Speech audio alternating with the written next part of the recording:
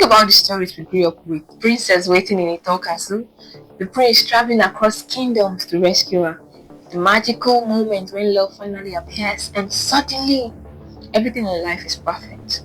From childhood, we were surrounded by stories like this. Stories that quietly taught us what happiness looks like. Stories that told us what the most important moment in life would be. And almost always the answer was the same: love.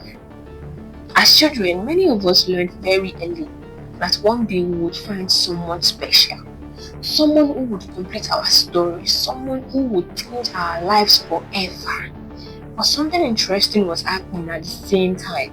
While our hearts were being trained to search for love, our minds were rarely being trained to build a life. No one really sat us down and explained how the real world actually works.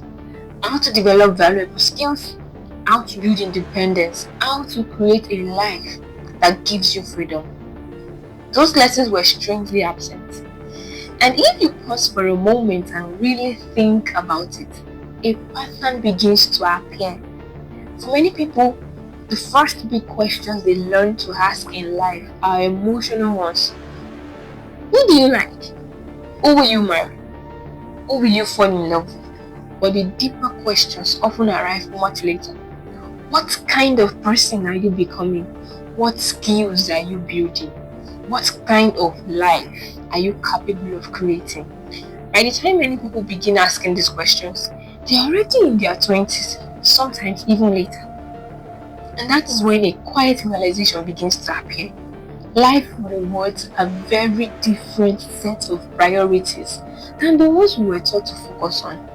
Because in the real world, happiness really arrives the way it does in fairy tales. No one shows up at the perfect moment to rescue you from uncertainty. Instead, life asks something else from you: your discipline, self-development, the patience to build yourself slowly over time. These are the things that quietly determine whether someone struggles or thrives.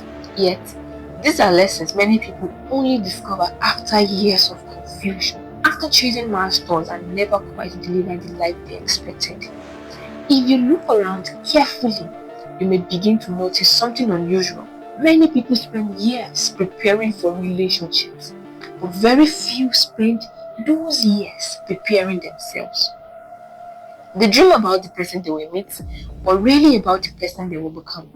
And when reality begins to ask other questions about skills, independence, and responsibility, many people feel as though they were never given the manual of life.